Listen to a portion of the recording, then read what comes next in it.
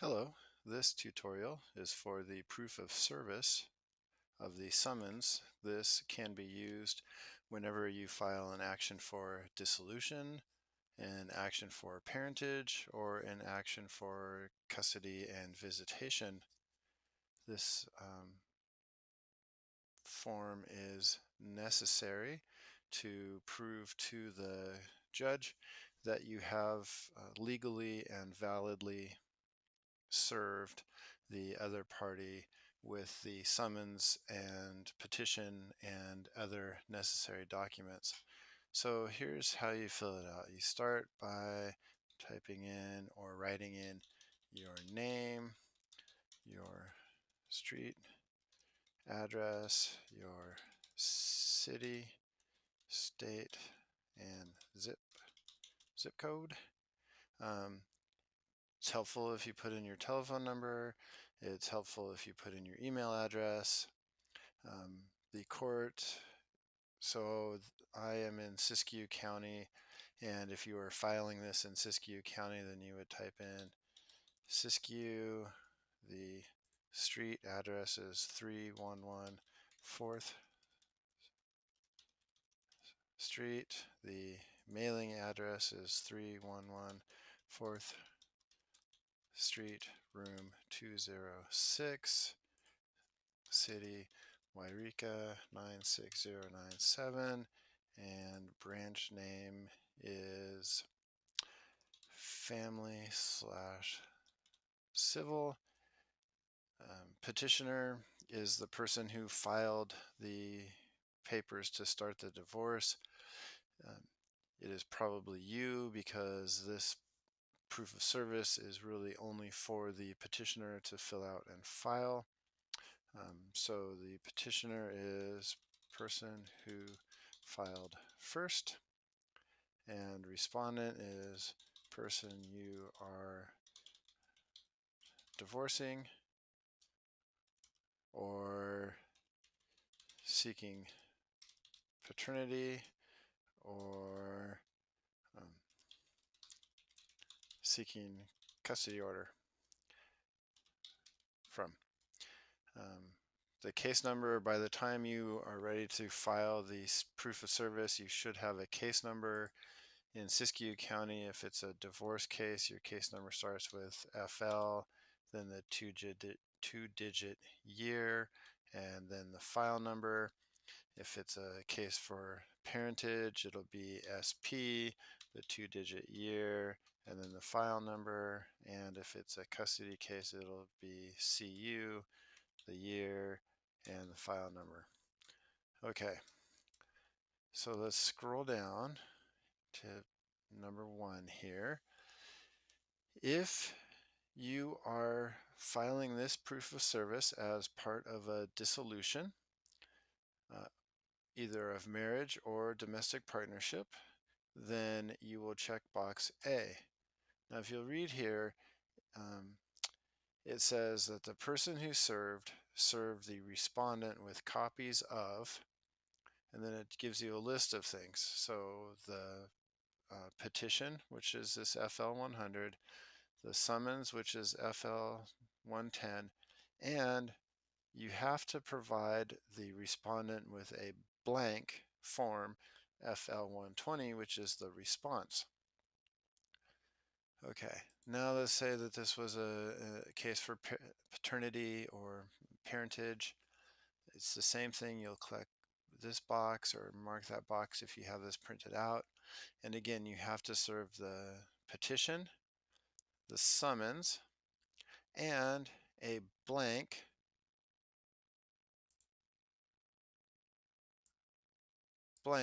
response so that the respondent can fill it out and file that if the respondent chooses to do so.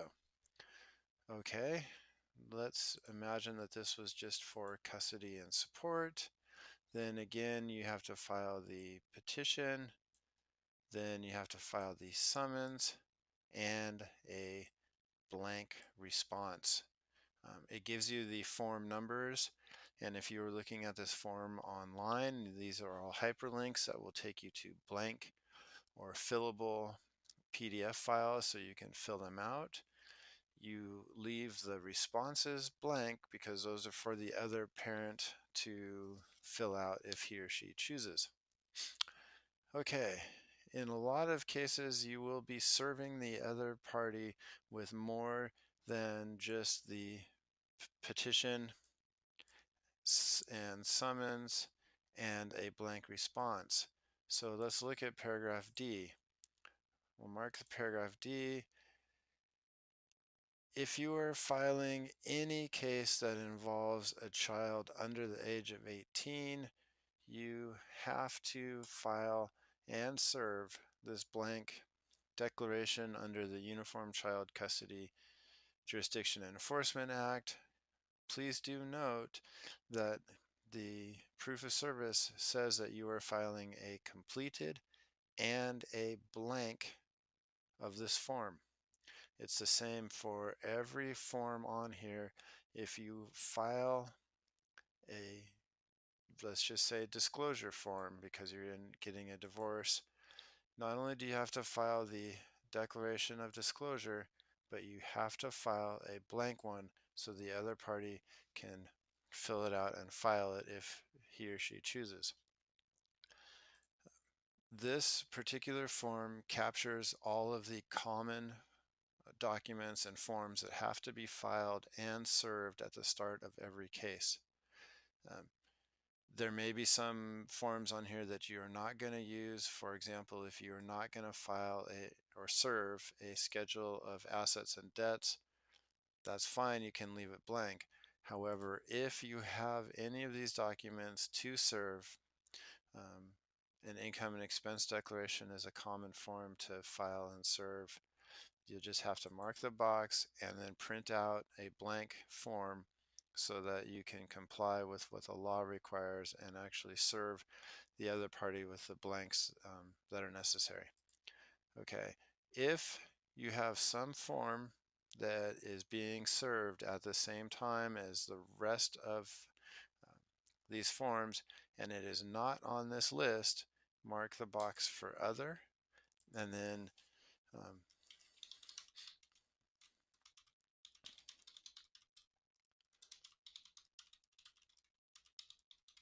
just write out what other form you are filing. What is going to happen is that this document will end up in your court file. The judge will be able to look back at this and decide if the right documents were served, and if they were not served, you will have to serve them later. So make sure this is filled out completely and correctly because it may otherwise delay your case. Okay. Paragraph 2 asks for the address where the respondent was served. This is important because if there is ever a dispute as to whether the respondent received the papers or not, the judge will look back at this particular document to see what was written for the address where the respondent was served to find out if service was proper. So let's just say that you served or had the respondent served at the courthouse, then you would write the address of the courthouse.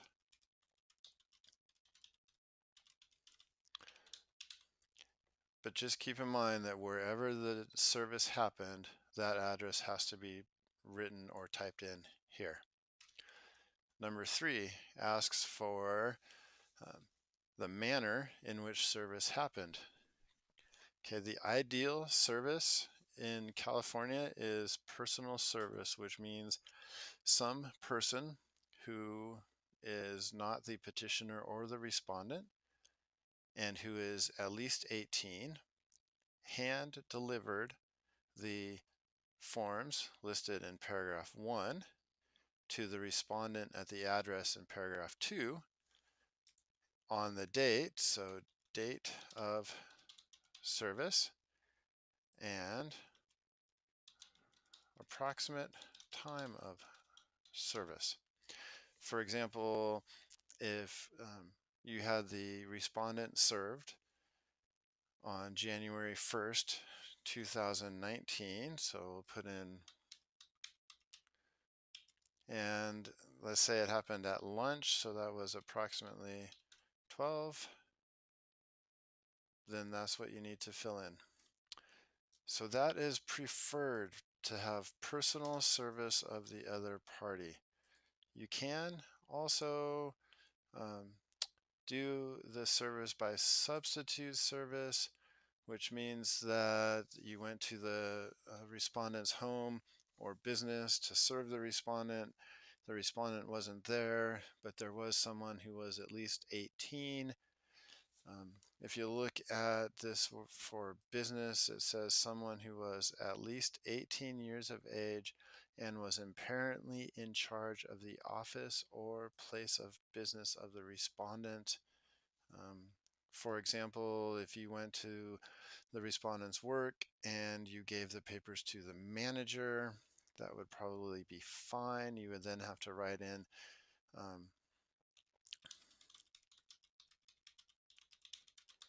the name of the person you left the papers with, how that person is related. So in this example, that would be manager of respondent's work. You have to write in the date.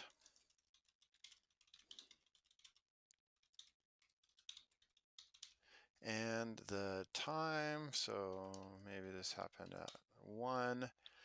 Now, if you're going to serve this by substituted service, you also have to then mail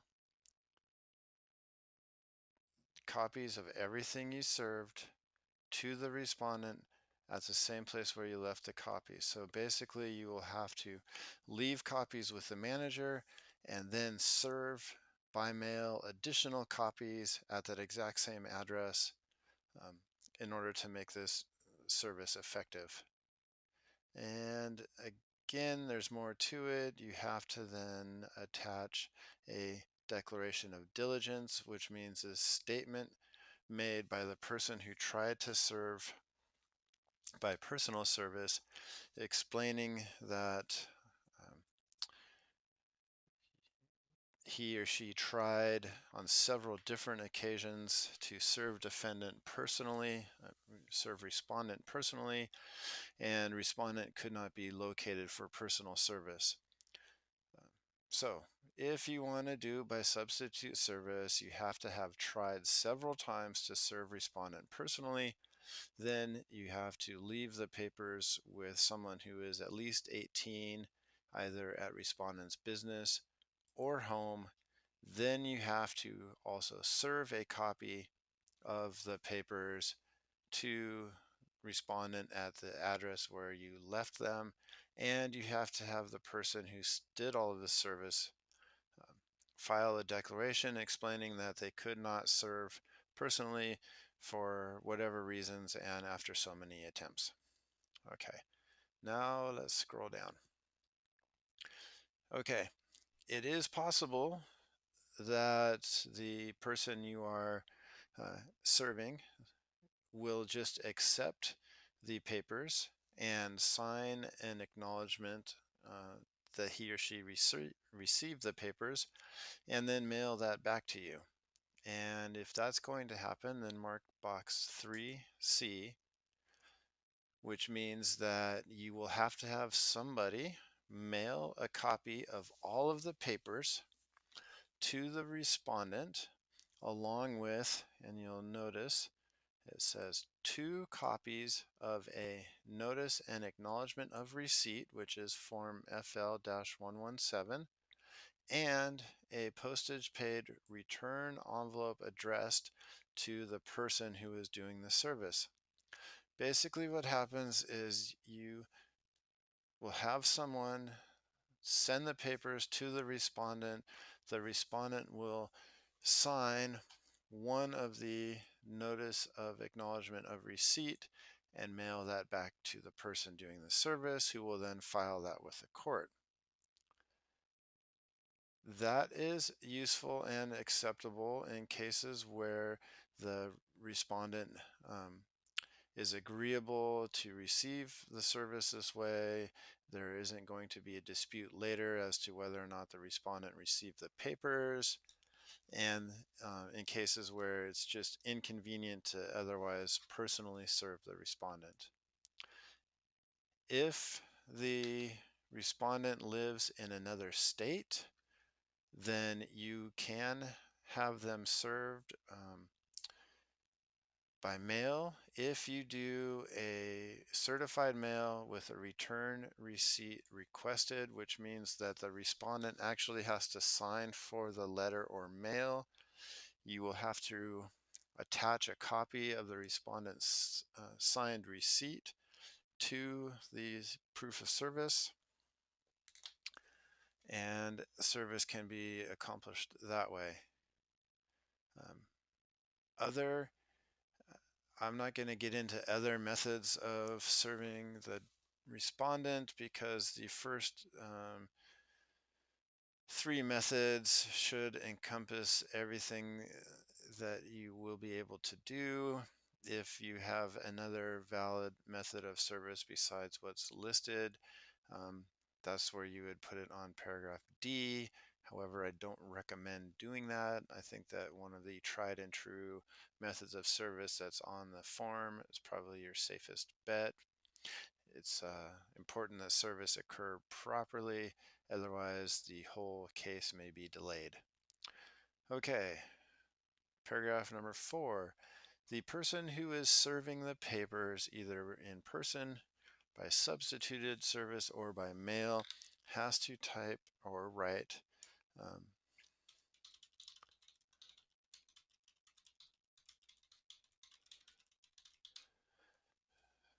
so they have to put in their name, they have to put in their address and telephone number. And the reason for this is if there is ever a question as to whether the respondent was served, the court may need to get in touch with this person who did the service and ask them some more details. This rarely happens, but it has. So make sure that the service is done properly and that the person who did the service is identified properly so that there are never going to be issues as to whether it was appropriate. Okay, so the person who did the service almost certainly is not a registered process server or exempt from registration under the Business and Professions Code. If it is a friend or family or even stranger, most likely the correct box to mark is B. If, however, you do know a registered California process server or you hire a process server, mark the box C. If there is a fee for service from a process server or from sheriff or other agency, write in the name of the fee. I do not recommend that you write in a fee for service if you have a friend or family member do the service. Finally, if this service is done by somebody who's not a registered process server or not a law enforcement, then mark box 5. Go down here and type the name of the person who served the papers, the date that this is signed, and then signature of the person who served the papers. And that will conclude the proof of service.